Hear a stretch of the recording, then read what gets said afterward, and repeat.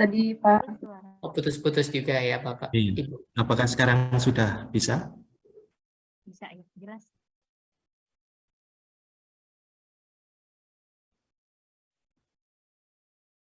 Halo, apakah sudah bisa didengar dengan baik? Sudah jelas, Pak. Ya, Sudah cukup jelas, Bapak. ya. Baik. Assalamualaikum warahmatullahi wabarakatuh.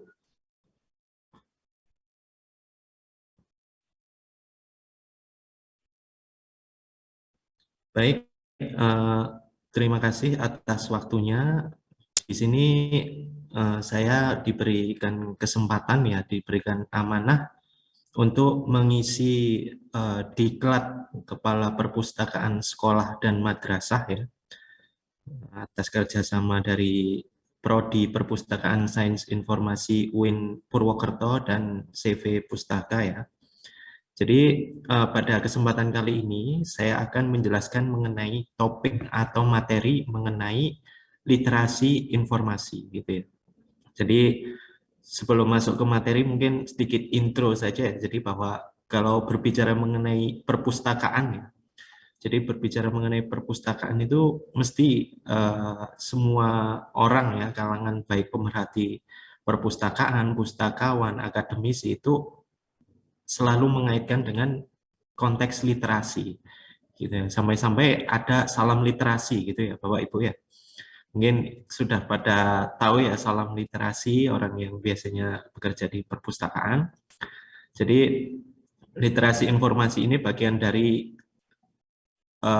kalau dalam prodi ilmu perpustakaan itu bagian dari materi gitu ya, mata kuliah namanya literasi informasi gitu ya. Ya, jadi mungkin ada istilah tak kenal maka tak sayang gitu ya Mas Angga ya. Jadi mungkin ingin sedikit memperkenalkan saja, memperkenalkan diri ya. Jadi nama saya Reza Eka Winaswan gitu ya. Saya putra asli Jawa Timur gitu ya. Mungkin Bapak Ibu di sini ada yang berasal dari Jawa Timur. Jadi orang Jawa Timur yang kebetulan nyasar gitu ya Bapak Ibu di Purwokerto di Jawa Tengah gitu ya. Kemudian untuk email WA ini untuk nanti pengumpulan tugas ya bisa dikirim melalui email ini ataupun Bapak Ibu yang ingin berkonsultasi, diskusi atau menyampaikan apapun bisa kontak saya melalui WA tersebut gitu ya. Kemudian background pendidikan saya alhamdulillah S1 dan S2-nya yaitu ilmu perpustakaan gitu ya. Jadi S1-nya di Jawa Timur di Universitas Negeri Malang yang dulunya IKIP ya Bapak Ibu, IKIP Malang.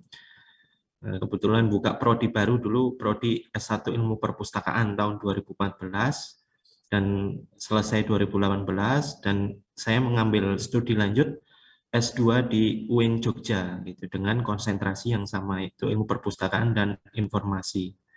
Dan selesai baru 2 tahun yang lalu, S2 saya baru selesai 2 tahun yang lalu.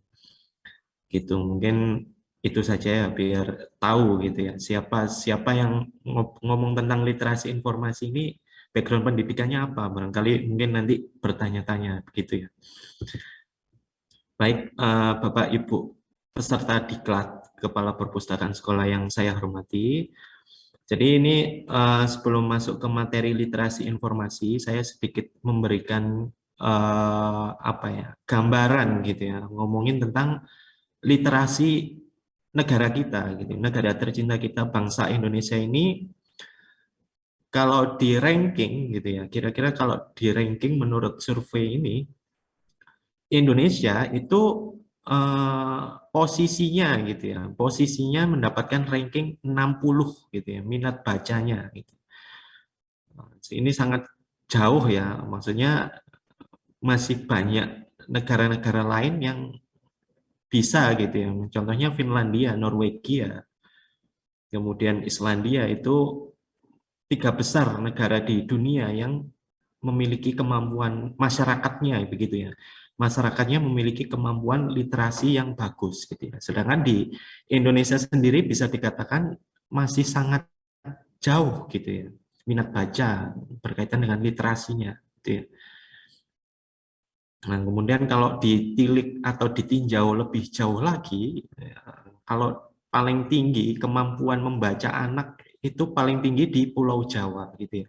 Ini sungguh fakta yang apa ya, bisa dikatakan fakta yang cukup memprihatinkan bahwa saudara-saudara kita atau teman-teman kita yang tinggal di daerah timur itu masih untuk kemampuan membacanya masih bisa dikatakan rendah gitu ya. Karena ya mungkin dari berbagai faktor gitu ya, mungkin faktor ekonomi, faktor akses dan sebagainya gitu ya.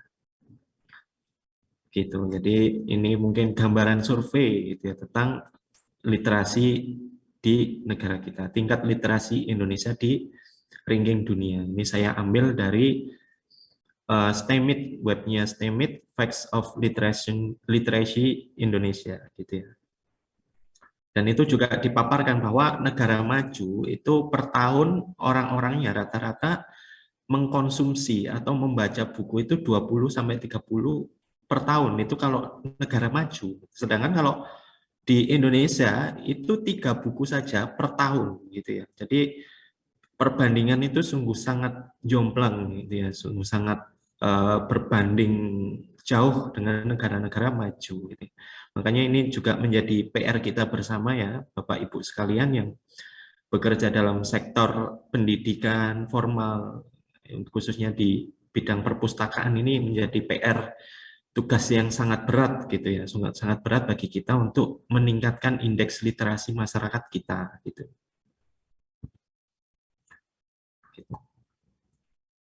Kemudian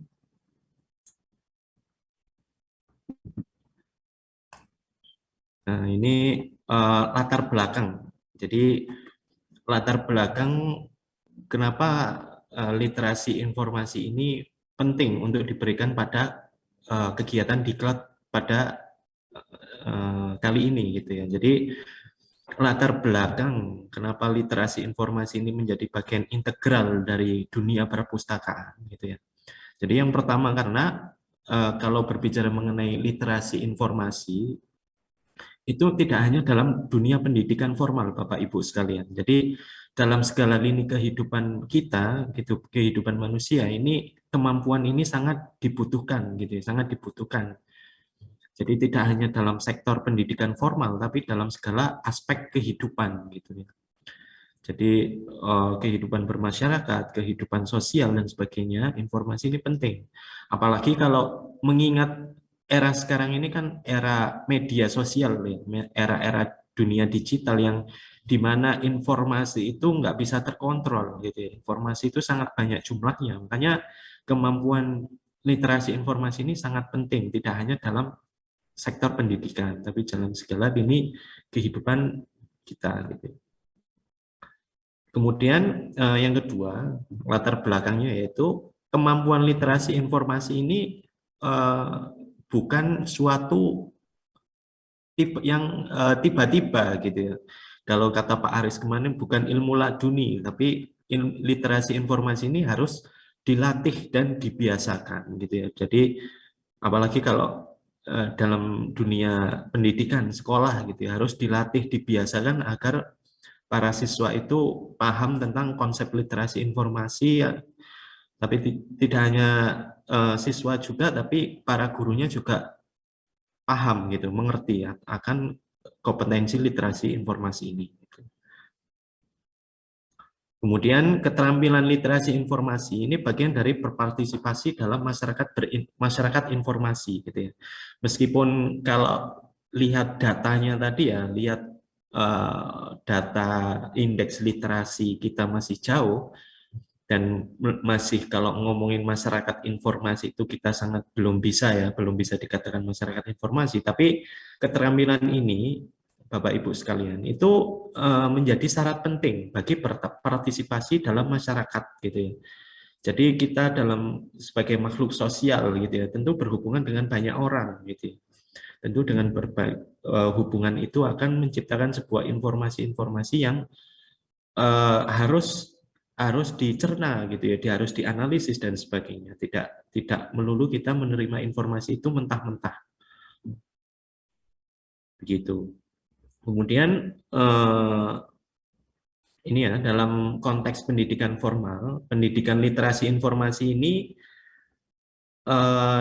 digunakan atau bermanfaat bagi peserta didik belajar, ya, peserta didik memecahkan permasalahan dengan menggunakan beragam sumber informasi, gitu ya. Jadi Bapak Ibu sekalian perlu diperhatikan bahwa koleksi-koleksi di perpustakaan sekolah itu seyogianya ya, atau seharusnya itu tidak hanya untuk memenuhi syarat akreditasi saja, tapi kemanfaatan koleksi itu harus diperhatikan juga, karena dalam aspek literasi informasi, koleksi-koleksi yang ada di perpustakaan sekolah itu harus setidaknya ada koleksi yang bisa digunakan oleh peserta didik atau siswa untuk memecahkan masalahnya, gitu ya.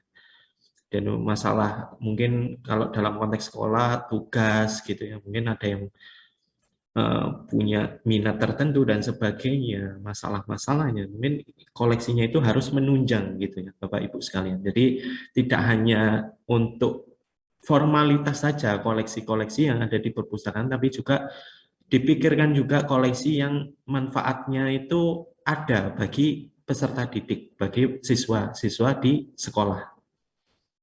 Jadi menggunakan sumber informasi untuk memecahkan permasalahan, gitu ya, permasalahannya. Nah, kemudian yang terakhir, jadi ketika siswa itu mampu menguasai sebuah literasi informasi, keterampilan ini dalam pendidikan formal ya tentunya, maka akan terbiasa begitu Bapak Ibu sekalian. Jadi di sekolah dibiasakan tentang bagaimana literasi informasi itu diterapkan dan sebagainya, sehingga diharapkan tidak hanya dalam sekolah atau pendidikan formal, tapi nanti ketika mereka atau siswa-siswa ini keluar dari sekolah, mereka bisa menerapkan kemampuan ini di lingkungan sosialnya, gitu ya. Jadi kalau kita lihat mungkin sudah bukan rahasia umum lagi bahwa semua siswa dari SD sampai SMA itu udah familiar dengan yang namanya gadget, gitu ya.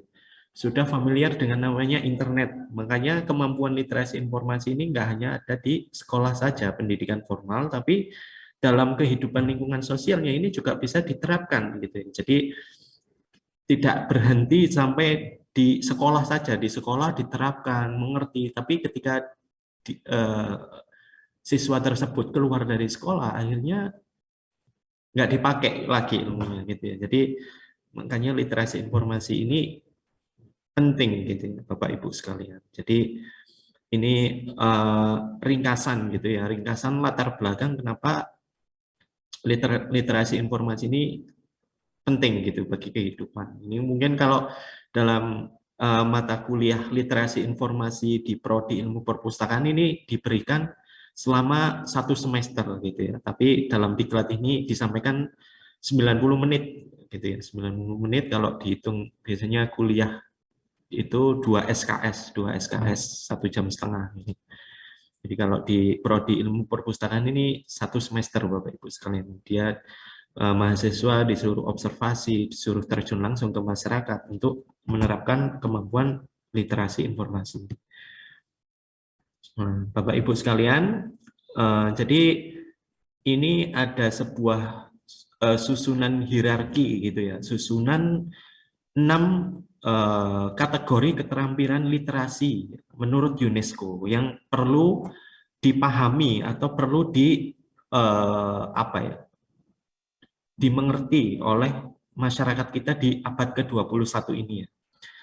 Jadi yang pertama ini basic literasi, gitu ya. Mungkin sudah pada paham ya, mungkin Bapak Ibu guru ini tentang basic literasi, yaitu berhitung, kemudian membaca, menulis, berbicara, ini masuk kategori basic literasi, gitu ya.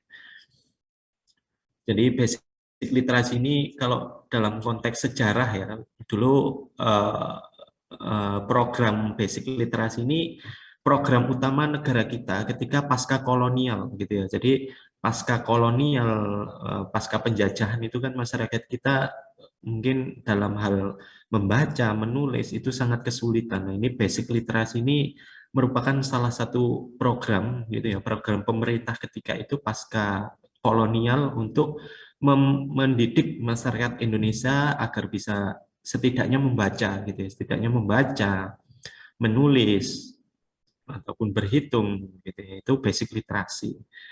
Kemudian naik lagi Bapak Ibu sekalian tingkatan kategori literasi itu yang kedua yaitu komputer literasi gitu ya. Jadi ketika orang sudah bisa membaca, berhitung, menulis, itu kemampuan yang selanjutnya diharapkan yaitu berkaitan dengan kemampuan menggunakan komputer gitu ya, menggunakan komputer, bagaimana mengoperasikan komputer gitu ya. Jadi ini juga kalau ngomongin dalam konteks hari ini mungkin banyak ya, masih banyak masyarakat yang masih belum mahir dalam menggunakan komputer gitu ya. Jadi komputer literasi ini merupakan menurut UNESCO. Jadi menurut UNESCO keterampilan yang kedua yaitu kemampuan orang menggunakan komputer, cara ngetik, mengoperasikan Microsoft Office dan sebagainya gitu ya.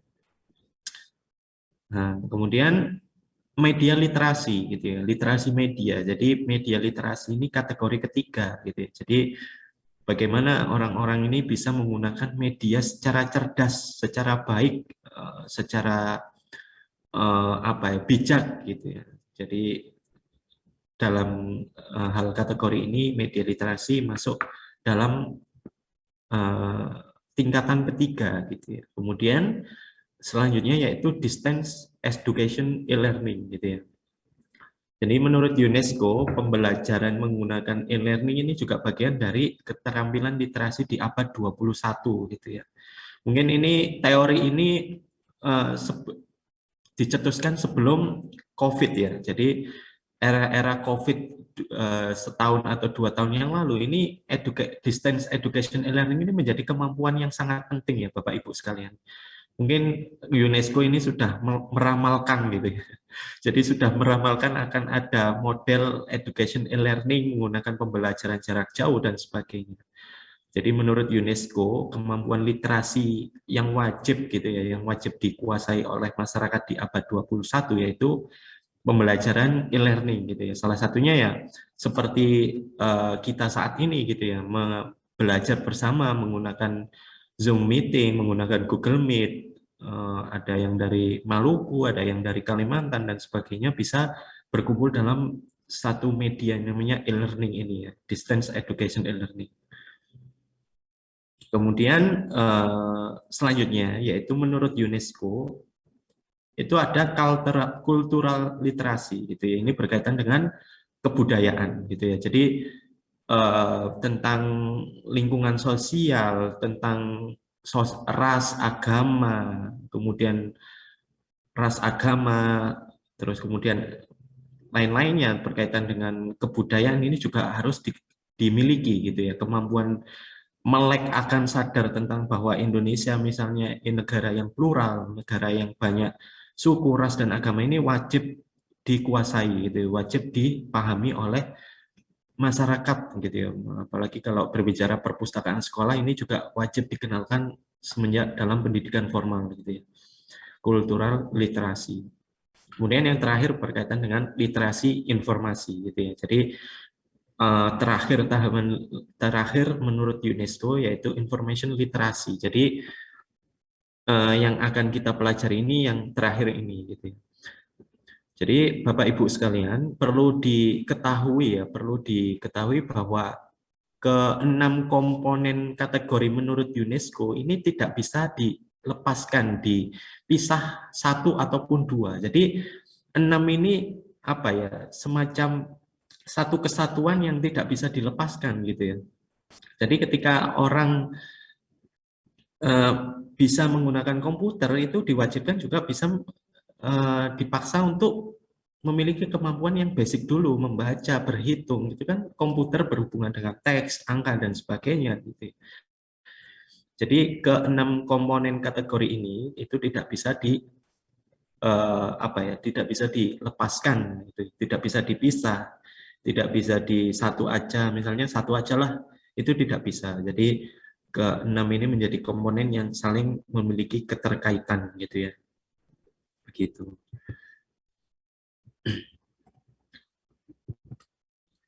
Kemudian,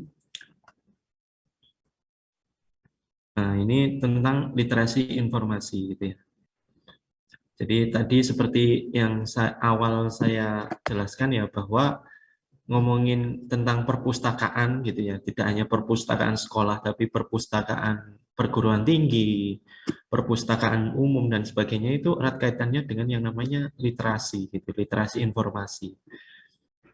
Nah, kalau definisi sederhananya Bapak Ibu sekalian, literasi informasi ini memiliki definisi sebagai sebuah kegiatan berkaitan dengan mengidentifikasi, kemudian mencari, kemudian mengorganisasi, mengevaluasi, dan menggunakan informasi secara efektif gitu ya. Jadi literasi informasi ini berkaitan dengan itu gitu ya. Jadi bagaimana mengidentifikasi informasi, nanti di slide selanjutnya akan ada penjelasan lebih detail ya tentang terkait dengan ini. Jadi secara sederhana literasi informasi itu. Jadi kemampuan atau kegiatan yang berkaitan dengan identifikasi, mencari informasi, kemudian mengorganisasi, evaluasi, dan memanfaatkan informasi itu secara efektif gitu ya. Jadi seperti itu definisinya. Nah, kemudian ketika seseorang gitu ya, seseorang yang memiliki kemampuan literasi informasi itu nantinya diharapkan mampu membedakan berbagai bentuk sumber informasi gitu Bapak Ibu sekalian. Jadi sumber informasi di era sekarang ini kan kalau kita bilang hanya buku itu kurang tepat, karena informasi di era sekarang ini sangat melimpah, tidak hanya patokannya pada buku saja, tapi internet, Google, apalagi sekarang berkembang artificial intelligence itu ya, ChatGPT dan sebagainya.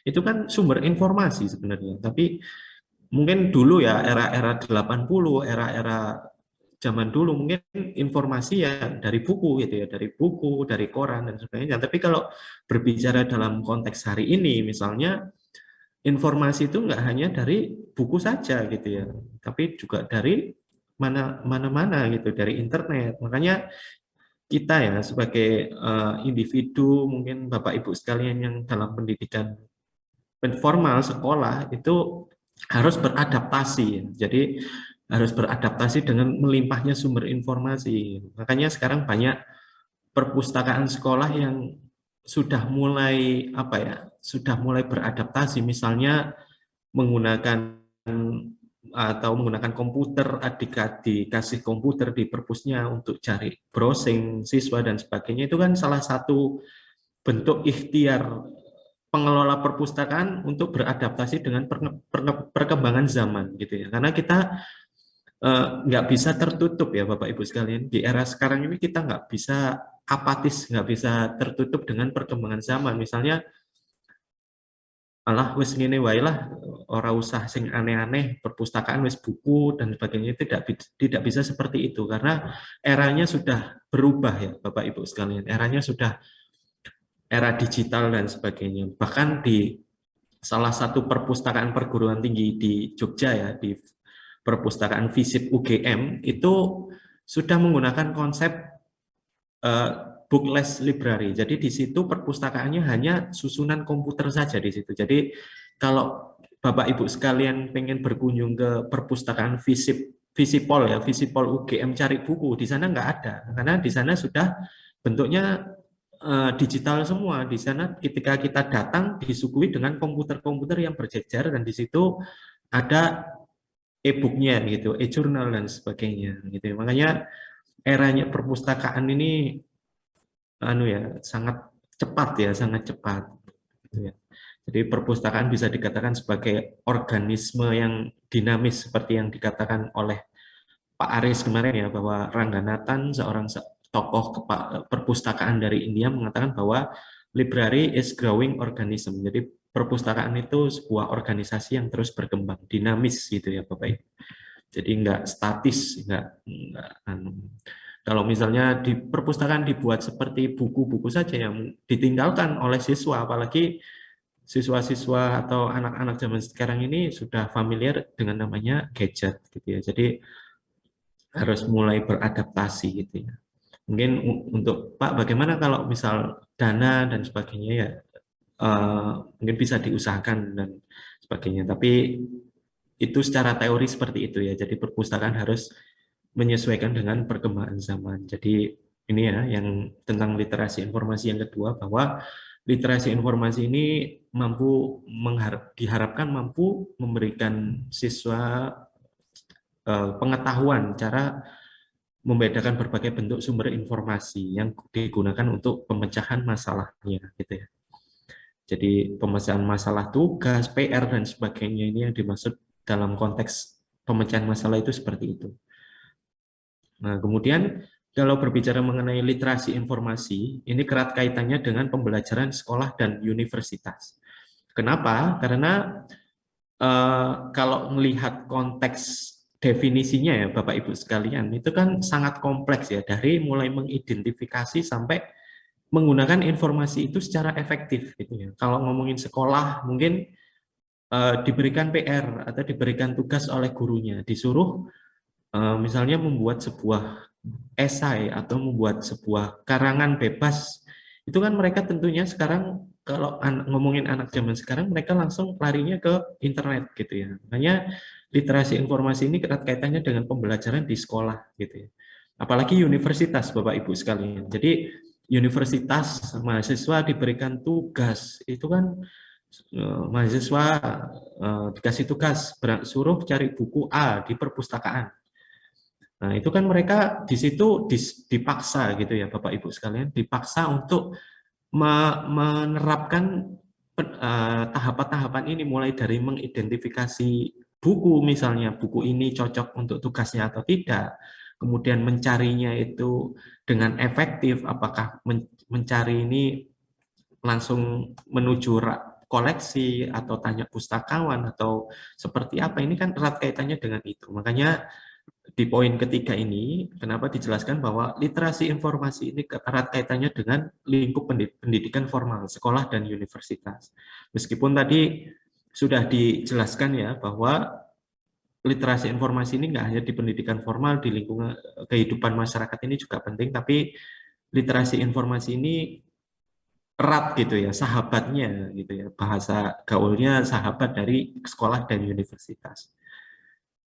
Nah, kemudian beberapa negara maju gitu ya, meskipun saya belum pernah ke negara Eropa ya atau Amerika gitu ya. Ini dari referensi yang saya peroleh, bahwa di negara-negara maju, orang-orang di sana, orang-orang di Eropa gitu ya, itu memanfaatkan informasi yang ada di perpustakaan untuk memecahkan masalahnya gitu Bapak Ibu sekalian. Jadi sebegitu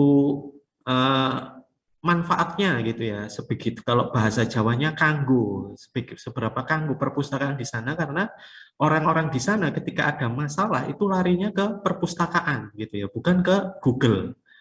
Meskipun Google kalau kita tahu developernya juga orang Amerika, tapi kenyataannya bahwa menurut referensi yang saya baca, saya peroleh bahwa orang-orang di sana ketika ada masalah itu larinya ke perpustakaan mencari informasi tentang apapun ya, tentang masalah dalam kehidupan sehari-hari, kesehatan, bisnis, hukum dan sebagainya gitu ya. Jadi sebegitu manfaatnya ya perpustakaan di sana gitu ya. Nah, kalau di sini mungkin orang dapat masalah gitu ya, curhatnya di medsos gitu. Larinya ke medsos atau cari di Google gitu ya. Jadi kalau di negara-negara maju, makanya masyarakatnya bisa maju karena budaya membacanya itu sangat tinggi gitu ya. Nah, itu bisa ditandai kalau mungkin Bapak Ibu sekalian pernah nonton di TV atau di YouTube, orang vlogger di YouTube jalan-jalan ke Jepang, jalan-jalan ke Amerika, itu mereka di tempat tunggu stasiun atau di dalam kereta itu kan mereka pada membaca buku gitu ya. Nah, itu makanya perbedaan yang signifikan dari masyarakat kita dengan negara-negara barat itu seperti itu. Jadi itu ya Bapak Ibu sekalian tentang literasi informasi gitu ya. Jadi saya ulangi bahwa literasi informasi ini merupakan kegiatan dari mulai identifikasi informasi, kemudian mencari informasi, merorganisasi, evaluasi, dan sampai menggunakan informasi itu secara efektif gitu ya. Jadi itu literasi informasi itu seperti itu. Jadi kalau berbicara mengenai literasi itu hanya membaca buku, membaca teks dan sebagainya itu kurang tepat ya Bapak Ibu, karena di era sekarang ini banyak hal, banyak konteks yang bisa dibaca dari fenomena, pengalaman dan sebagainya itu kan bagian dari membaca gitu ya. Nah, jadi ini ya Bapak Ibu sekalian bahwa literasi gitu ya, kalau berbicara dalam arti yang luas gitu ya, literasi itu kan banyak ya Bapak Ibu sekalian, tidak hanya literasi informasi, tapi ada literasi numerik, literasi media, literasi budaya, itu kan macam-macam ya. Jadi intinya ya Bapak Ibu sekalian, literasi itu apabila kita bisa memahami apa yang kita baca ya. Jadi seperti yang saya katakan bahwa membaca ini dalam arti membaca kehidupan ya, bukan hanya membaca buku saja, tapi membaca fenomena dan sebagainya. Jadi apabila kita bisa memahami apa yang kita baca dan praktekkan, nah, jadi tujuan akhirnya ini bisa mempraktekkan dalam kehidupan sehari-hari gitu ya. Jadi ketika mungkin Bapak Ibu sekalian yang suka membaca buku, suka membaca jurnal dan sebagainya, ketika itu nggak bisa dipraktekkan dalam kehidupan sehari-hari, itu bukan dikatakan sebagai konsep literasi, karena literasi ini berbicara dalam praktek ya. Tujuan akhirnya itu praktek, sehingga pada akhirnya bisa survive dalam kehidupan masyarakat gitu ya. Jadi konsep literasi itu seperti itu Bapak Ibu sekalian. Jadi membaca gitu ya dan mempraktekkan sehingga bisa bertahan dalam masyarakat gitu, karena tadi ya seperti sudah saya bilang bahwa era sekarang era media sosial dan sebagainya, kita harus memiliki kemampuan ini untuk bertahan. Ini bukan artinya bertahan untuk hidup, makan dan sebagainya, bukan ya, tapi bertahan agar bisa mengikuti, mengiringi perkembangan zaman gitu ya Bapak Ibu. Karena kalau kita tidak bisa memiliki kemampuan literasi ini, mungkin dalam masyarakat agak sulit ya, agak sulit untuk bertahan dalam kehidupan gitu ya. Jadi seperti itu. Jadi ini kemudian saya lanjutkan. Nah, jadi cakupan ya, ini ringkasan cakupan keterampilan literasi informasi seperti definisi tadi, tapi ini akan coba saya jabarkan satu persatu gitu ya. Jadi cakupannya ada menyadari kapan informasi diperlukan, ini bagian dari identifikasi. Ini berkaitan dengan kalau dalam ilmu perpustakaan itu ada namanya teori kebutuhan informasi, Bapak Ibu sekalian. Jadi mungkin nanti Bapak Ibu sekalian bisa belajar mandiri sendiri ya, karena ini bercabang-cabang ya. Kalau makanya tadi saya bilang kalau belajar literasi informasi dalam prodi ilmu perpustakaan ini 1 semester gitu ya. Tapi nanti ini coba saya ringkas gitu ya. Jadi yang pertama ini keterampilan literasi informasi ini menyadari kapan informasi diperlukan gitu ya, berkaitan dengan teori kebutuhan informasi. Salah satunya menurut salah seorang tokoh ya menyebutkan bahwa salah satunya bahwa kedudukan kita dalam masyarakat ini juga menentukan informasi yang kita perlukan. Misalnya Bapak Ibu sekalian berprofesi sebagai guru gitu ya. Sebagai guru tentunya kebutuhan informasinya itu berbeda dengan orang-orang yang bekerja dalam sektor perniagaan. Misalnya orang-orang yang berbisnis itu kan kebutuhan informasinya berbeda gitu. Jadi ini merupakan yang pertama, bagaimana identifikasi informasi, kapan informasi diperlukan, kapan tidak. Jadi nggak apa ya, nggak kemaruk gitu ya, nggak kemaruk informasi semua diterima, digunakan, itu tidak. Jadi tahu kapan informasi itu diperlukan, kapan tidak. Gitu ya. Jadi tahu timing gitu ya, yang pertama ini. Kemudian yang kedua yaitu menemukan informasi gitu ya. Nah, ini kalau dalam konteks perpustakaan ya, Bapak Ibu sekalian, kalau dalam perpustakaan sekolah ini kan mungkin yang sudah pernah bekerja di perpustakaan mengamati fenomena ada siswa yang langsung menuju rak bukunya karena dia sering ke perpustakaan itu, sudah tahu lokasi bukunya. Ada siswa yang belum pernah datang sama sekali ke perpustakaan, tanya ke pustakawannya, atau ada siswa yang macam-macam ya. Jadi menemukan informasi ini juga ada teorinya gitu ya, teori pencarian informasi. Jadi bagaimana tahapannya, apakah dia mencari informasi di perpustakaan itu langsung ke rak buku atau bertanya kepada pustakawan, lebih efektif mana? Saya kira ini tergantung individu masing-masing ya Bapak Ibu sekalian. Jadi tidak bisa disamaratakan, apalagi kalau ngomongin anak-anak, dia nyamannya seperti ini ya, menemukan informasi dalam perpustakaan, bertanya ke gurunya, bertanya ke petugasnya gitu ya. Jadi seperti itu. Ini kalau menemukan informasi dalam konteks yang lebih luas, mungkin bisa kita gitu ya, googling misalnya mau mencari jurnal tentang pendidikan itu kan ada tekniknya ya. Kalau dalam menemukan informasi biasanya kalau saya pribadi itu di Google kalau mau cari sumber yang akurat itu biasanya ditambahi .pdf gitu ya. Jadi misalnya tentang filsafat pendidikan gitu ya.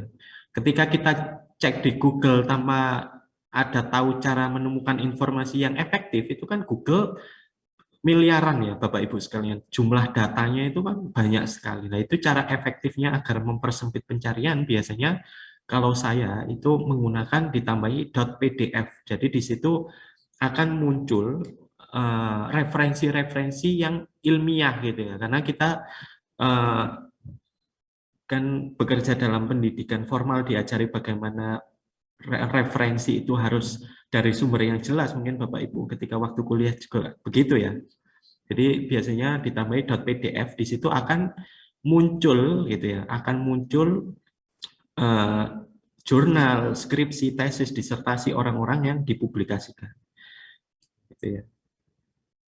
Jadi menemukan informasi ini bagian dari keterampilan literasi informasi. Jadi bagaimana cari informasi gitu ya. Bahasa mudahnya itu cari informasi di perpustakaan itu langsung ketemu sumbernya, nggak bingung ke rak 00 atau 100, 200. Jadi menemukan informasi ini kalau dalam konteks perpustakaan sekolah itu Bapak Ibu. Jadi bagaimana informasi yang siswa butuhkan itu langsung ketemu, dia nggak bingung, dia nggak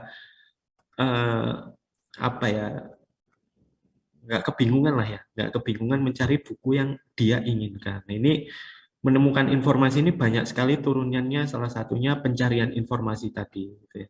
Ada juga istilah teori library anxiety, gitu ya, kegelisahan dalam memanfaatkan perpustakaan karena dia nggak bisa menemukan atau mengoperasikan bagaimana menemukan buku yang sesuai dengan apa yang dia inginkan, Bapak Ibu. Jadi banyak ya kalau ngomongin ilmu perpustakaannya itu banyak. Jadi ada library anxiety, bagaimana orang itu mengalami kegelisahan datang ke perpustakaan, mungkin perpustakaannya yang luas bertingkat-tingkat, dia bingung mau cari buku misalnya tentang teori pendidikan itu di mana gitu ya.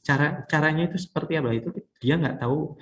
Istilahnya namanya library anxiety atau kegelisahan dalam penggunaan atau mengoperasikan perpustakaan. Itu makanya salah satu ikhtiarnya agar menemukan informasi ini biasanya ada komputer OPEC itu ya Bapak Ibu sekalian, komputer katalog. Meskipun begitu kadang saja ya sudah disediakan komputer untuk pencarian itu siswa masih bingung lokasinya di mana dan ini itu maksudnya seperti apa gitu. Makanya harus jelas ya instruksi mungkin diberi rambu-rambu atau buku ini 100 klasifikasi 100 itu tentang ini, 200 tentang ini gitu ya. Jadi harus jelas. Ini menemukan informasi itu seperti itu Bapak Ibu sekalian. Kemudian tahap yang ketiga yaitu mengevaluasi informasi gitu ya. Jadi evaluasi informasi ini setelah informasi itu ketemu, itu dievaluasi lagi Bapak Ibu sekalian. Jadi literasi informasi ini sangat rigid gitu ya. Kalau dalam bahasanya rumit gitu ya, karena informasi sudah ditemukan itu dievaluasi lagi. Gitu ya. Mungkin kalau mahasiswa dalam konteks mahasiswa atau siswa disuruh cari buku tentang mata pelajaran bahasa Indonesia. Di perpustakaan mungkin ada banyak penulisnya bahasa Indonesia, menurut pengarangnya ini itu bagian dari evaluasi. Jadi antara buku A dan B pengarangnya beda tapi judulnya sama, itu dievaluasi lagi mana yang lebih cocok gitu ya. Jadi mungkin diberi arahan untuk membaca daftar isinya gitu ya. Tidak perlu membaca secara detail tapi cukup daftar isinya itu apa yang paling cocok. Jadi dievaluasi lagi gitu ya. Jadi ketika informasi itu sudah ditemukan tidak berhenti sampai di situ saja Bapak Ibu sekalian, tapi sampai tahap evaluasi. Jadi dievaluasi lagi apakah buku yang saya ambil dari rak ini itu cocok dengan tugas yang diberikan Pak Guru atau Bu Guru atau enggak gitu ya. Jadi dievaluasi lagi. Nah, begitu. Kemudian yang keempat itu berkaitan dengan memanfaatkan informasi dengan efektif gitu ya. Jadi disaring lagi gitu ya, buku yang sudah ditemukan disaring, tapi disaring lagi agar penggunaannya itu efektif. Ini kalau mungkin Bapak Ibu sekalian dulu pernah menulis skripsi penelitian itu namanya reduksi data gitu ya. Mana informasi-informasi atau data-data wawancara, data-data observasi yang nggak perlu itu dibuang gitu ya. Jadi menggunakan informasi secara efektif, bahas kalau saya menerjemahkan gampangnya itu saya contohkan seperti penelitian dalam skripsi itu kan ada namanya reduksi data, mana hasil wawancara misalnya kita wawancara dengan si A itu kan orangnya akan berbicara banyak, itu kan kita reduksi, kita pakai informasi mana yang cocok untuk rumusan penelitian kita, itu kan salah satu bagaimana menggunakan informasi dengan efektif gitu ya. Jadi nggak semua informasi ditulis gitu ya, mungkin ini juga kalau berbicara siswa gitu ya, mungkin belum ngerti, dapat buku ditulis semua, dipakai semua, itu kurang efektif. Jadi menggunakan informasi dengan efektif itu memakai informasi seperlunya yang dibutuhkan saja. Nah, kemudian cakupan literasi informasi yang terakhir yaitu mengkomunikasikan dengan etis gitu ya. Jadi tahap penerapan dalam literasi informasi ini mengkomunikasikan dengan etis. Nah, ini penting juga ya. Jadi nggak hanya menggunakan informasi dengan efektif, tapi diusahakan itu dikomunikasikan dengan orang lain, tentunya dengan etika ya. Jadi mungkin contoh sederhananya misalnya saya mau menulis tentang artikel jurnal tentang topik tertentu. Saya mendapatkan sudah melalui proses tahap menyadari informasi diperlukan, menemukan informasi, evaluasi, menggunakan informasi dengan efektif. Nah, komunikasinya gimana kalau menulis karya ilmiah, yaitu dengan menulis laporannya gitu kan. Secara mudahnya seperti itu. Jadi mengkomunikasikan dengan etis itu ya menyampaikan apa yang sudah diperoleh gitu. Tidak berhenti pada kita, tapi diusahakan dalam literasi informasi ini ada tahap penerapan, yaitu mengkomunikasikan kepada orang gitu ya. Kalau Bapak Ibu sekalian nanti misalnya sudah menjadi kepala perpustakaan sekolah gitu ya. Nah, mengkomunikasikan apa yang ada di perpustakaan itu kan bagian dari literasi informasi juga gitu ya. Dengan etis, dengan mungkin ini juga tergantung perpustakaannya gitu ya. Mungkin ada perpustakaan yang menyampaikan dengan rambu-rambu, aturan, SOP dan sebagainya, atau mungkin bisa dari video profil dan sebagainya gitu ya. Jadi literasi informasi ini nggak hanya pada tahap tahu menggunakan informasi, tapi diusahakan mengkomunikasikannya gitu ya. Jadi 5 tahap cakupan keterampilan literasi informasi ini seperti itu gitu.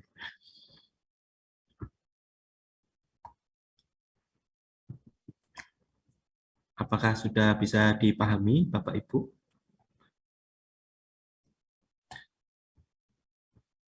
Insya Allah sudah. Ya, kemudian saya beranjak ke model literasi informasi. Jadi Bapak Ibu sekalian, literasi informasi ini memiliki model-model gitu ya. Jadi ada beberapa teori atau model yang dicetuskan oleh beberapa tokoh. Tadi kan kalau saya definisikan literasi informasi itu kan ada evaluasi, identifikasi, dan sebagainya. Nah, itu tahap-tahap itu merupakan tahap sederhananya. Nah, ini ada model-model menurut para tokoh gitu ya. Jadi ada 4 gitu ya. Pertama ini British model, karena namanya British, jadi otomatis dari Inggris gitu ya. British, Inggris. Nah, ini dikembangkan oleh Michel Merlin tahun 81 dalam bukunya Information Skills in the Secondary Curriculum. Jadi menurut Michael Marland ini, model literasi informasi itu ada 9. Jadi yang pertama itu memformulasikan dan menganalisa kebutuhan. Ini sama seperti yang saya sampaikan tadi ya. Jadi kebutuhan kita itu disesuaikan. Kita mau referensi ini dianalisa dulu. Apakah ada 3 buku dengan judul yang sama misalnya. Nah, itu kita harus sesuaikan gitu ya. Kemudian yang kedua ini mengidentifikasi dan memeriksa sumber-sumber informasi gitu ya. Jadi informasi yang kita peroleh itu diidentifikasi lagi menurut Michael Marland ini. Jadi diidentifikasi dengan membaca daftar pustaka seperti yang saya sampaikan tadi ya, Bapak Ibu sekalian. Jadi seperti itu. Kemudian menelusur dan menemukan sumber informasi individu yang diperlukan gitu ya. Jadi setelah diidentifikasi dengan mungkin menggunakan komputer pencarian OPAC gitu ya, Online Public Access Catalog, yang sudah disampaikan oleh Bu Umi tadi tentang softwarenya tadi, kemudian menelusur menemukan sumber individu. Kemudian setelah ketemu bukunya menurut teori ini yang keempat yaitu menguji. Jadi dipilih-pilih lagi, dipilah mana yang cocok, mana yang enggak. Karena kalau perpustakaan itu kan satu rak gitu, satu jajaran rak itu kan misalnya satu topik yang sama tentang misalnya teknologi gitu ya, tentang kategori teknologi. Di situ kan raknya hampir sama, membahas buku tentang itu gitu ya. Jadi teknologi, misalnya teknologi informasi, satunya teknologi digital, yang satunya teknologi dalam konteks sejarah dan sebagainya, itu kan macam-macam. Jadi diuji lagi, dipilah-pilah lagi. Kemudian menurut teori ini, Bapak Ibu sekalian, setelah menguji itu diintegrasikan. Jadi sumber-sumber informasi itu digabungkan gitu ya. Jadi di situ ada diskusi teori. Ini kalau saya bahasakan mudahnya, kalau dalam karya ilmiah itu di landasan teori gitu ya. Jadi landasan, mungkin Bapak Ibu sekalian pernah menulis karya ilmiah, di situ ada kajian teori atau landasan teori, itu kan mengintegrasikan teori-teori yang ada, kemudian diambil sebuah kesimpulan gitu ya. Jadi informasi-informasi yang diperoleh itu digabungkan gitu, ada diskusi di situ.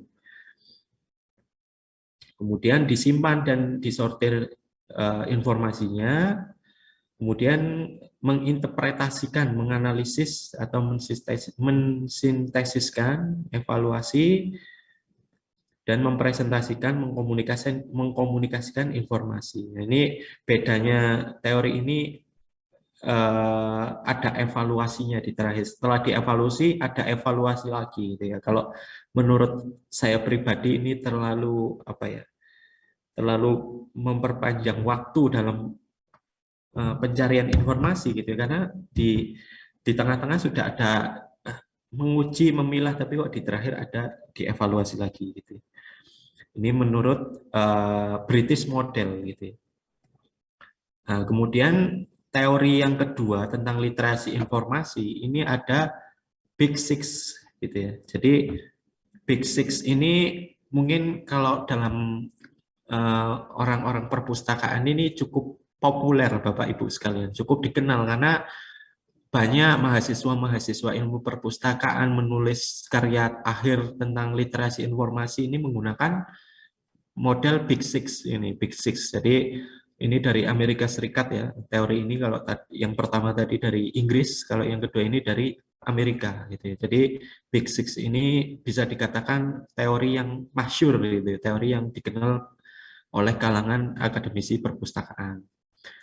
Ini hampir sama ya Bapak Ibu sekalian, sebenarnya tahap-tahap ini antara 4 teori ini hampir sama gitu. Kalau yang Big Six ini yang pertama penentuan tugas, penentuan masalah.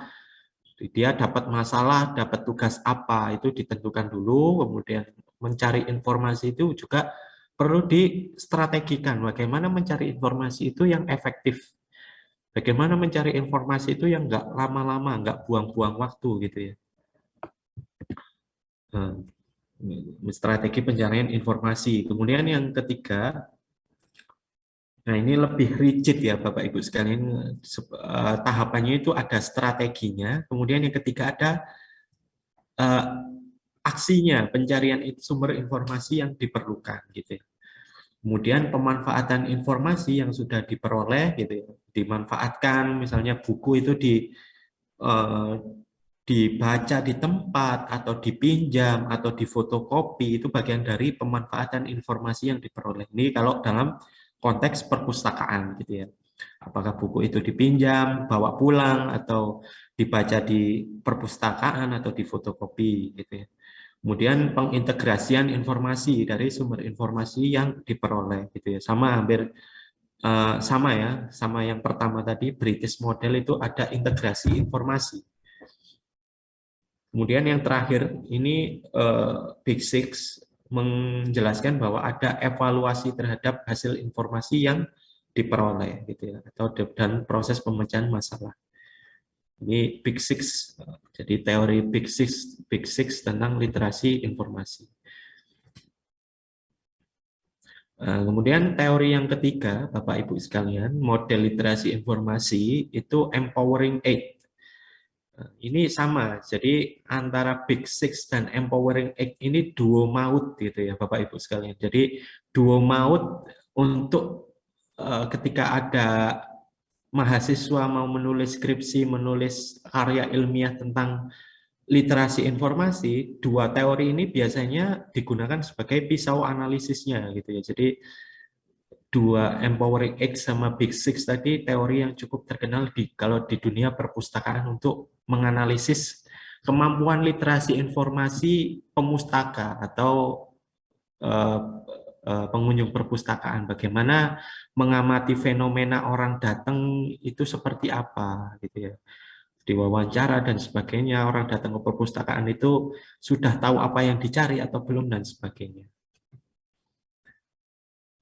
Empowering Eight, Bapak Ibu sekalian, ini merupakan model yang dirancang khusus untuk orang Asia gitu ya. Jadi Empowering Eight ini dirancang khusus untuk orang Asia. Kenapanya saya kurang tahu ya, apakah orang Asia itu ada memiliki karakteristik tertentu atau tidak, saya kurang paham. Tapi yang jelas dalam teori Empowering Eight ini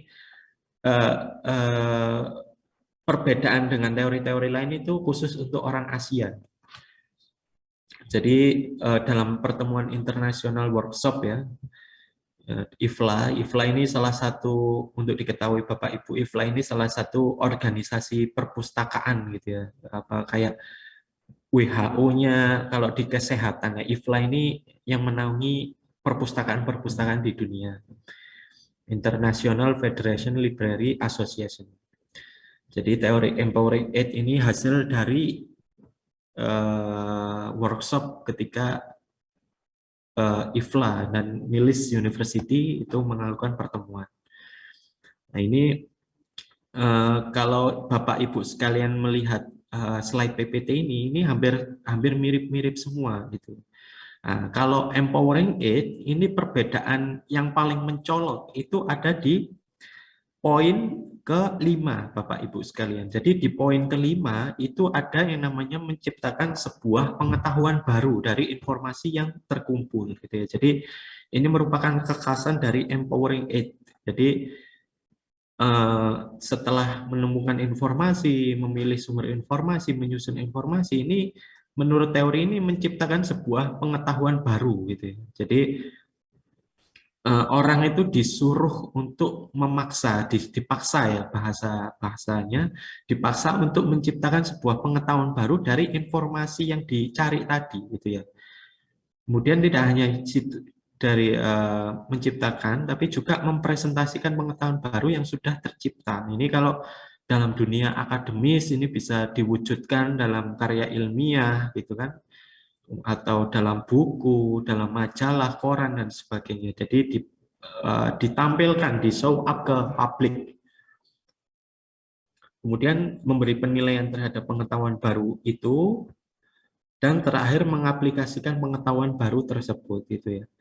Jadi Empowering Aid ini perbedaan ya Bapak Ibu sekalian, saya ulangi bahwa Empowering Aid ini merupakan teori pendekatan literasi informasi yang khusus untuk orang Asia, dan di situ ada poin plus atau poin lebih terkait dengan penciptaan pengetahuan baru gitu ya. Jadi kalau dalam konteks sekolah misalnya Bapak Ibu sekalian menggunakan pendekatan ini, siswa-siswi misalnya dipaksa setelah datang ke perpustakaan, dikasih tugas PR itu kan bagian dari menciptakan pengetahuan baru, atau mungkin kalau taraf SMA itu menciptakan novel, membuat cerita, atau membuat resume, itu kan bagian dari pengetahuan baru itu yang sebelumnya nggak ada. Jadi pengetahuan baru ini yang dimaksud pengetahuan yang diperoleh dari sumber informasi yang diperoleh dari perpustakaan itu gitu ya.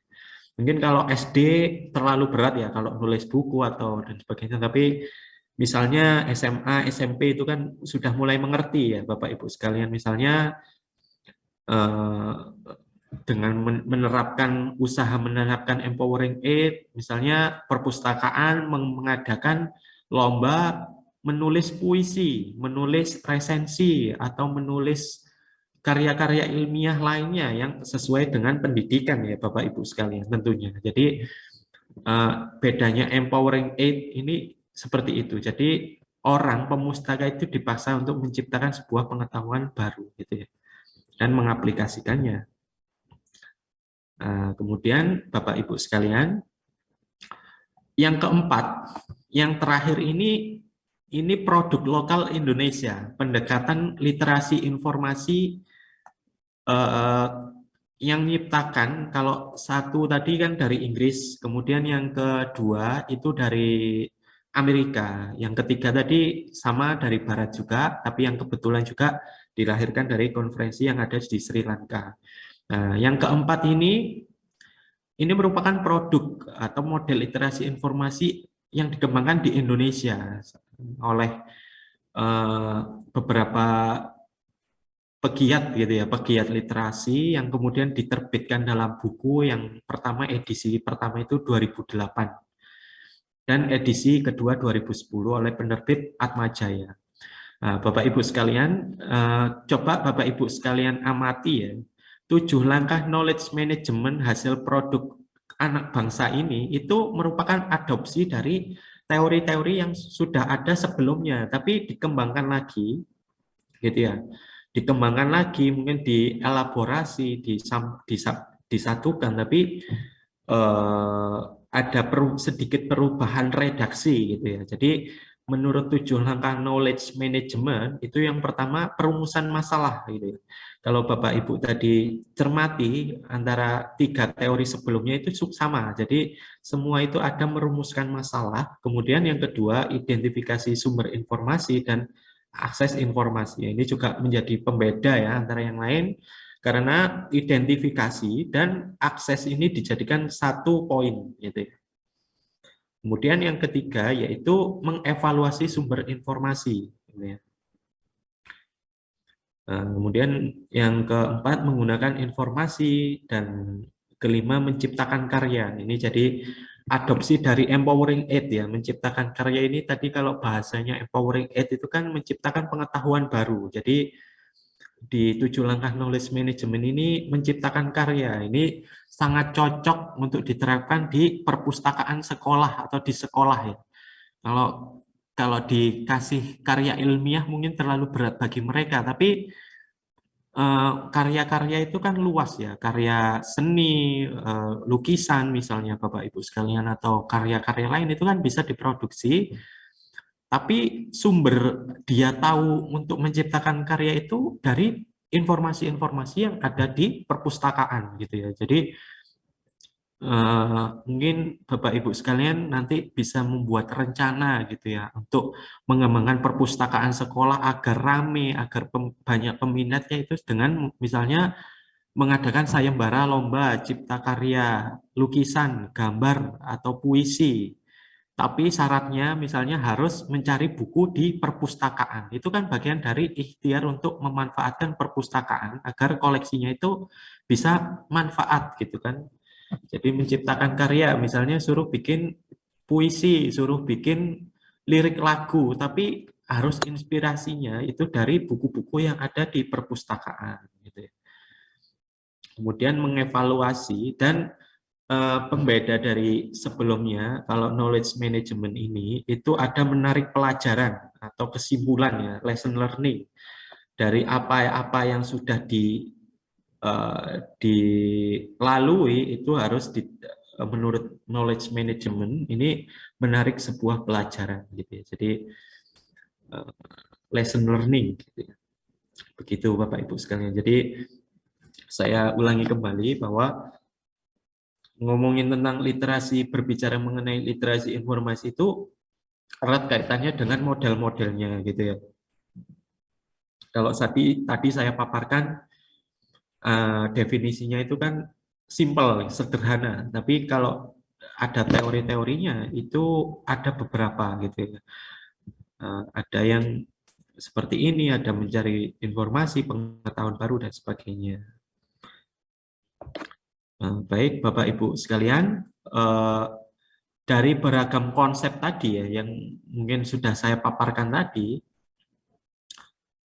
jadi intinya ya konsep literasi informasi ini menyadari intinya ya menurut Weber dan Johnston itu menyadari akan kebutuhan informasi, kemudian keterampilan dalam menyusun formula penelusuran informasi, kemudian keterampilan untuk memilih dan mengintegrasikan sumber-sumber informasi yang diperoleh, kemudian keterampilan mengevaluasi informasi tersebut, serta keterampilan menyelaraskan dan memanfaatkan informasi gitu ya. Jadi makanya tadi kenapa di awal saya bilang bahwa literasi informasi itu erat kaitannya dengan pendidikan formal, sekolah atau universitas atau perpustakaan sekolah, karena untuk memperoleh atau mencari informasi di perpustakaan itu kan harus ada tahapannya. Misalnya siswa datang sudah list buku yang mau dipakai, kemudian dia mencari informasinya seperti apa ke katalog perpustakaan atau langsung menuju rak dan sebagainya gitu ya. Jadi seperti itu Bapak Ibu sekalian, literasi informasi. Kemudian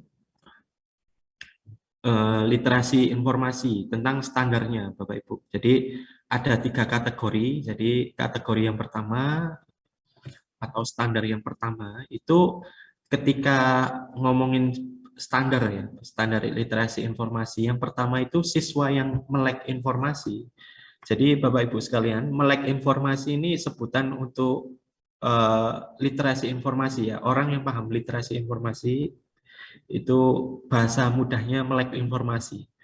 Itu mengakses informasi secara efisien dan efektif gitu ya. Standarnya itu seperti itu. Jadi ketika siswa itu mengerti tentang literasi informasi, diharapkan dia itu mencari informasi di perpustakaan itu efisien gitu ya, efektif, nggak buang banyak waktu gitu ya, langsung tahu apa yang dia mau, seperti yang saya sampaikan tadi gitu ya.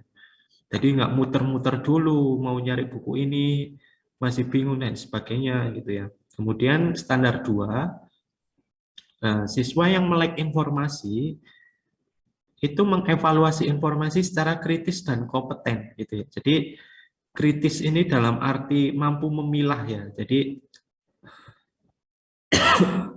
tadi yang saya sampaikan bahwa nggak hanya menerima saja tapi bisa memilah mana informasi yang dibutuhkan atau enggak. Kritis itu seperti itu, bukan kritis berbicara bukan ya, tapi kritis dalam hal informasi dan kompeten tentunya.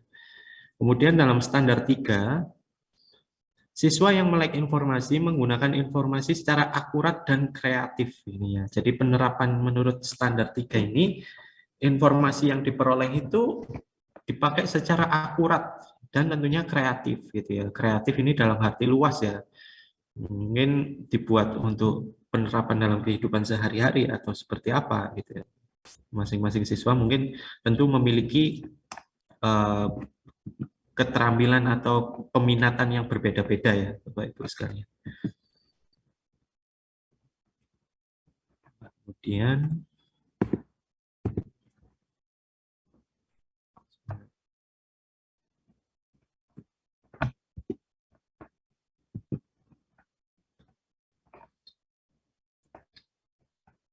Kemudian kategori 2 Bapak Ibu sekalian, pembelajaran mandiri gitu ya. Jadi dengan diterapkan literasi informasi ini diharapkan siswa itu memiliki standar 4, yaitu memiliki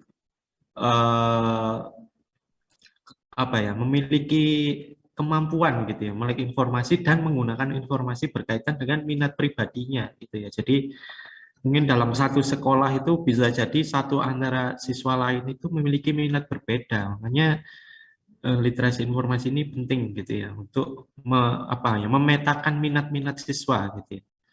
Kemudian standar 5 itu diharapkan siswa itu mampu menghargai serta menyukai literatur dan bentuk ekspresi kreatif informasi lainnya gitu ya.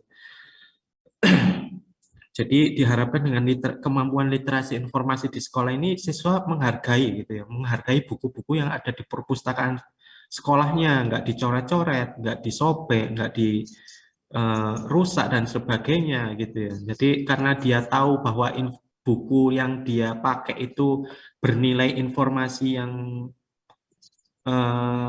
bagus gitu ya. Jadi dia lebih bisa menghargai koleksi-koleksi perpustakaan sekolah gitu ya.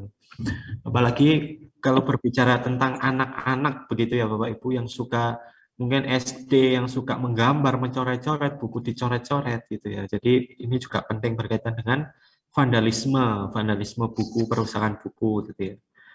Kemudian standar 6.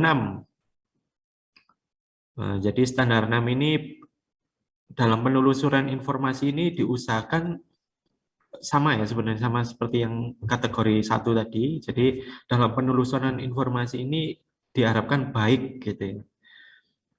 Baik, dan penelusuran informasi ini dia bisa mengerti gitu ya, siswa bisa mengerti. Kemudian dalam hal tanggung jawab sosial.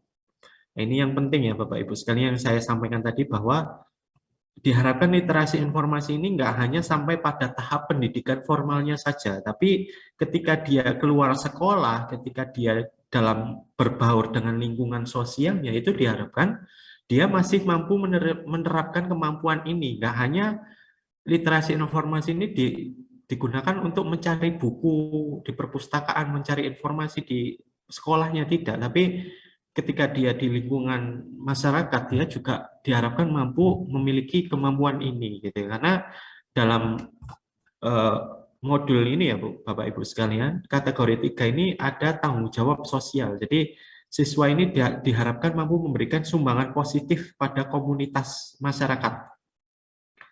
Jadi pentingnya informasi dalam masyarakat demokratis gitu ya. Jadi diharapkan siswa itu informasi itu menghargai lah ya, menghargai informasi yang penting gitu ya, informasi itu bahwa informasi itu penting gitu.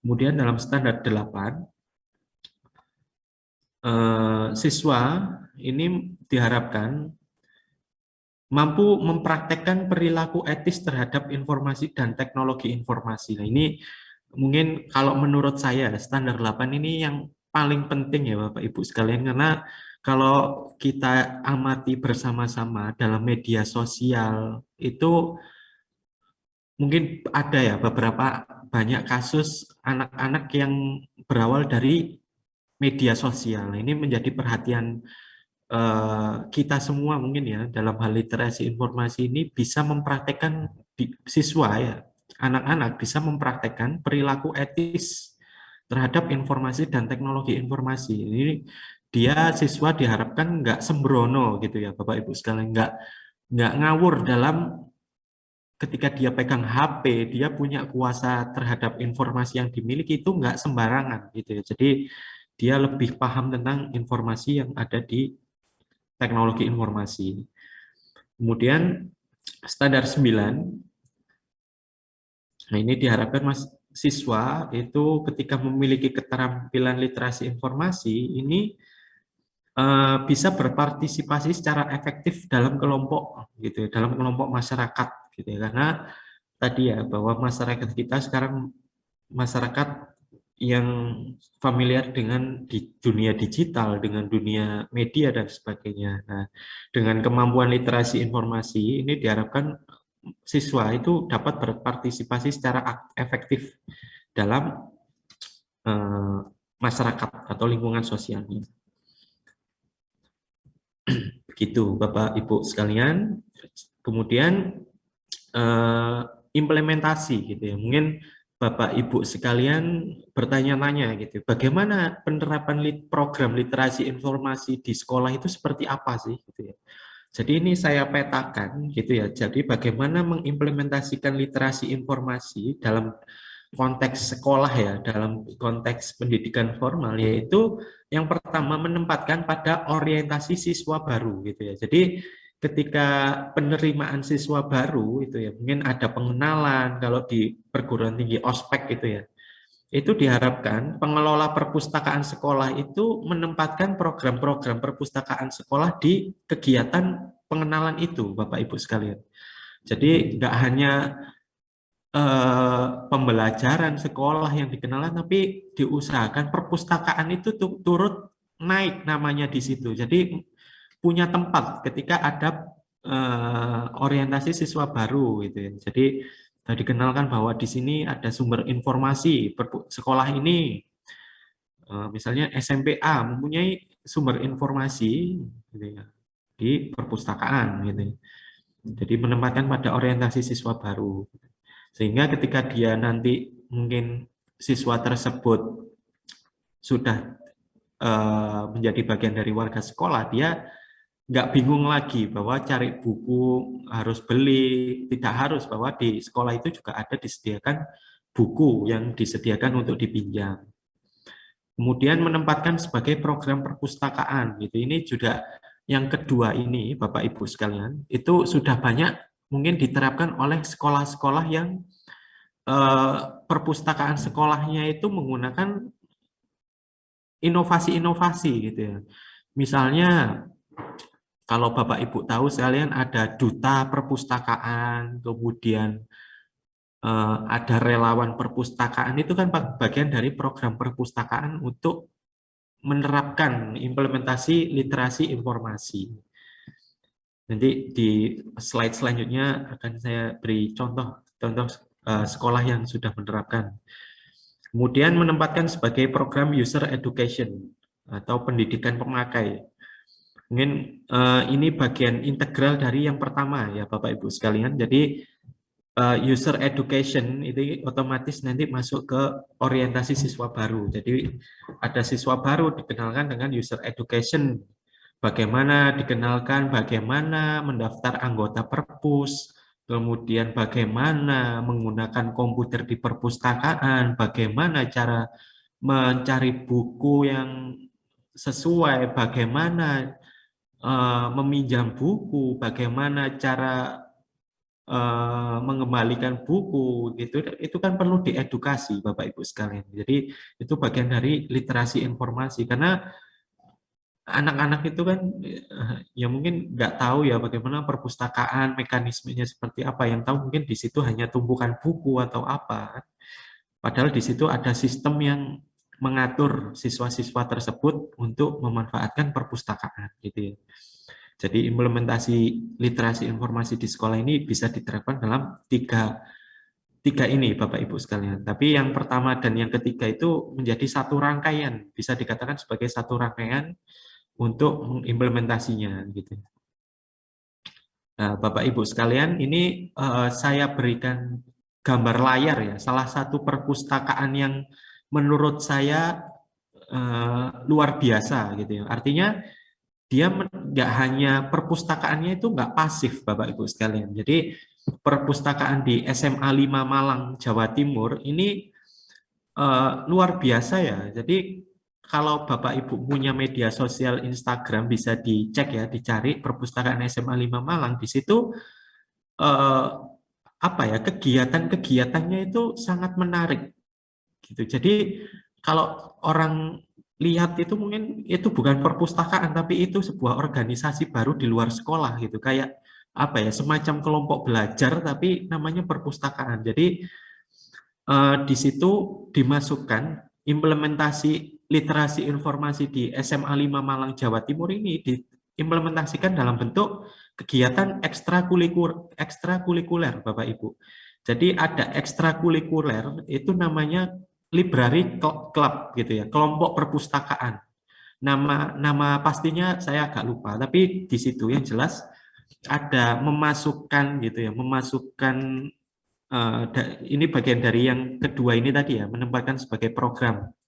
Jadi ada ekstrakurikuler mungkin kalau yang umumnya olahraga, seni dan sebagainya, tapi ini khusus untuk perpustakaan. Nah, ini bisa Bapak Ibu sekalian adopsi gitu ya. Mungkin idenya bisa diadopsi untuk diterapkan di perpustakaan sekolah Bapak Ibu bekerja.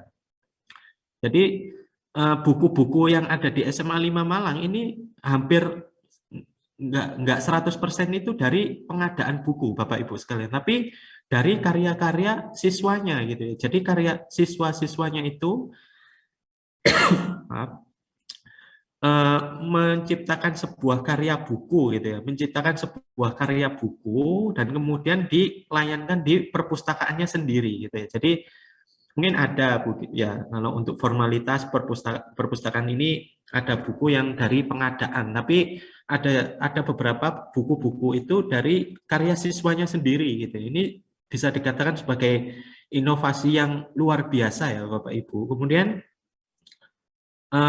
tidak hanya itu, kalau Bapak Ibu sekalian cari ya di Google banyak beritanya tentang perpustakaan ini, itu ada sebuah klub gitu ya, klub dalam perpustakaan ini namanya kelas komik kalau nggak salah. Jadi setiap hari tertentu itu diadakan anak-anak yang minatnya menulis komik, suka membaca komik itu berkumpul jadi satu menciptakan inovasi komik gitu ya. Ini karena tangkapan layar jadi nggak bisa di scroll ya Bapak Ibu. Jadi ini salah satu saya berikan contoh, mungkin bisa diadopsi Bapak Ibu sekalian untuk sekolahnya gitu ya. Jadi kegiatannya sangat banyak, inovatif gitu ya. Jadi nggak hanya perpustakaan wujud, ada buku, ada pustakawan, ada anak baca, tapi di situ perpustakaannya aktif gitu ya, aktif.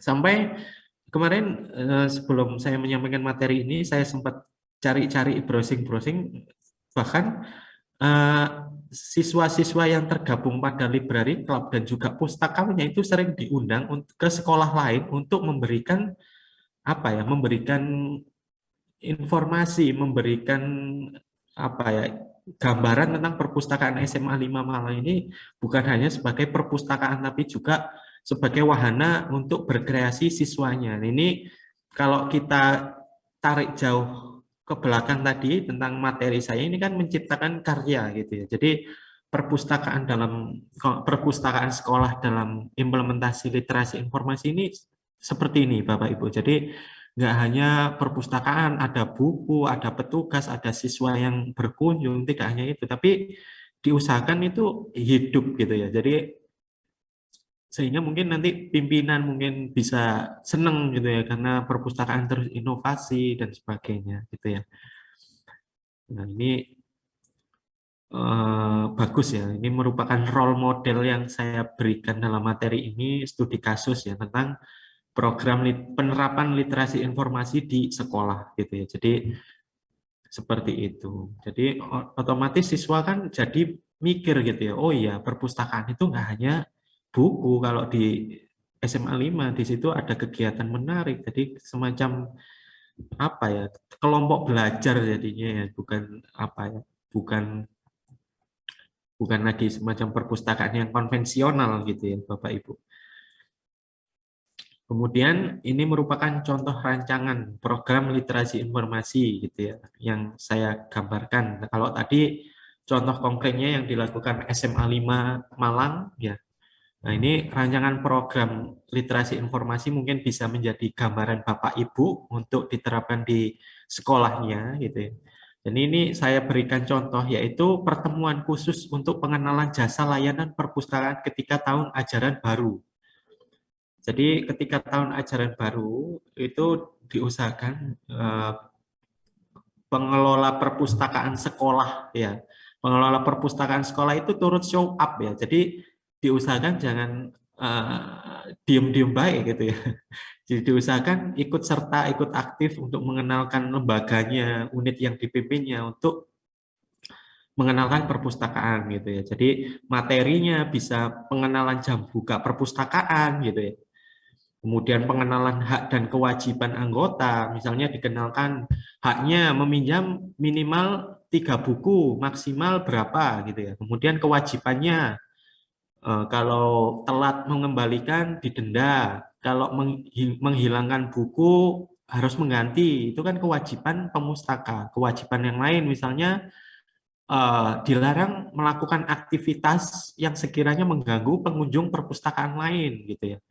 Nah, itu kan kewajiban-kewajiban anggota perpustakaan gitu ya, harus turut serta menjaga ketertiban gitu ya. Haknya bisa pinjam minimal 3, 5, atau 6 itu kan kalau itu nggak ada ketentuan khusus ya Bapak Ibu, itu tergantung kebijakan masing-masing sekolah gitu. Itu beda-beda, nggak ada khusus aturan yang mengatur pinjam buku berapa dan sebagainya itu.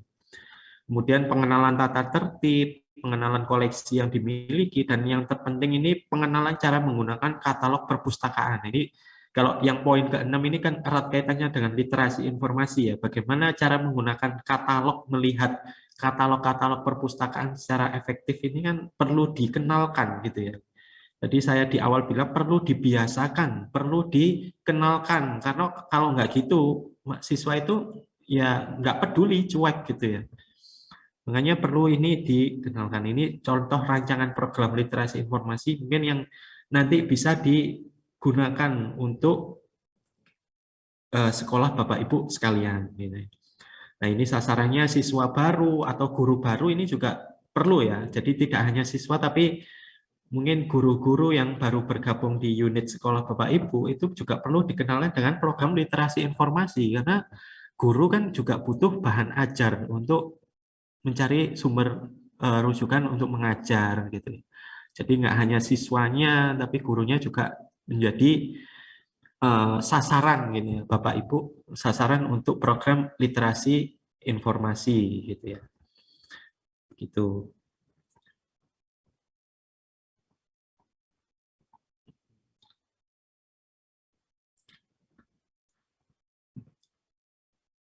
Mungkin dari Bapak Ibu ada yang ditanyakan tentang materi yang saya sampaikan tentang terkait literasi informasi. Ya, silakan Bapak Ibu guru sekalian untuk selanjutnya bisa berdiskusi secara langsung.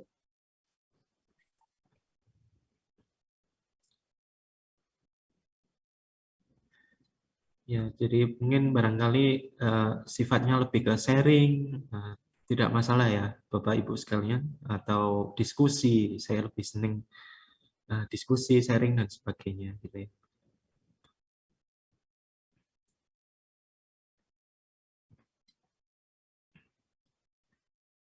Jadi tergantung sekolah masing-masing ya, ini juga perlu diperhatikan, tergantung kemampuan sekolah masing-masing.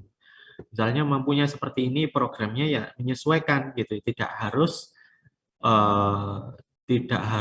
apa ya, maksa harus seperti yang dilakukan oleh SMA 5 Malang tadi atau seperti yang di perpustakaan-perpustakaan kota besar, tidak harus. Tapi intinya program literasi informasi ini sangat perlu ya Bapak Ibu, perlu dilakukan di perpustakaan sekolah.